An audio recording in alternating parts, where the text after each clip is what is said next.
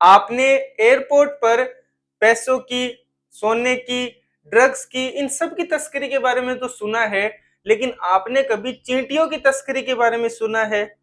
Kenya के Nairobi airport पर सुरक्षा अधिकारी उस वक्त सन्न रह गए जब एक यात्री के बैग में तलाशी के दौरान हजारों जीवित चींटियां रेंगती हुई मिली। ये कोई मामूली घटना नहीं है, बल्कि अंतरराष्ट्रीय वन्य जीव तस्करी का एक बहुत बड़ा और अजीबोगरीब मामला है।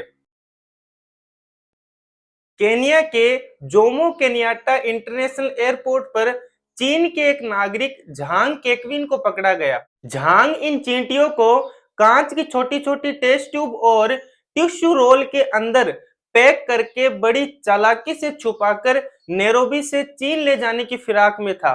कुल मिलाकर 2200 से अधिक रानी चींटियां बरामद हुई, जिसमें से 1948 मेसर सेफालोड्स प्रजाति की थी। झांग की साजिश में एक स्थानीय केन्याई नागरिक भी शामिल था। अब सवाल उठता है कि इन चींटियों की इतनी डिमांड क्यों है? पहला है महंगा शौक और दूसरा है कामोत्तेजक दवाएं। चीन और यूरोप में एंट कीपिंग का एक प्रीमियम शौक बना हुआ है, जहां लोग इन चींटियों की कॉलोनी को घरों में कांच के बक्से में पालते हैं। अब आप जानते हैं कि कॉलोनी बसाने में रानी चींटी की जरूरत होती है, इसलिए ब्लैक मार्केट में एक रानी चींटी की कीमत 100 से $220 की होती है।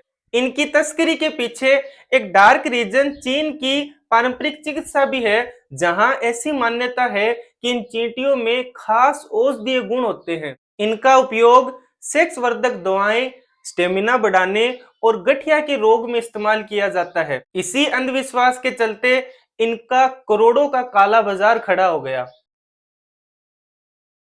यह तस्कर गिरोह सिर्फ चींटियों तक सीमित नहीं है, जबकि आज पूरी दुनिया में पेंगोलिन सबसे ज्यादा तस्करी होने वाला जीव है, क्योंकि इसके स्केल से दवाएं बनती हैं। भारत और अफ्रीका से स्टार कछुओं, दो मुंहे सांप यानी लाल सेंडर बोआ और एक्सोटिक पक्षियों की भी भारी मात्रा में तस्करी होती है। ये व्यापार सिर्फ इलीगली नहीं है, बल्कि यह हमारे पर्यावरण के संतुलन को भी बिगाड़ रहा है।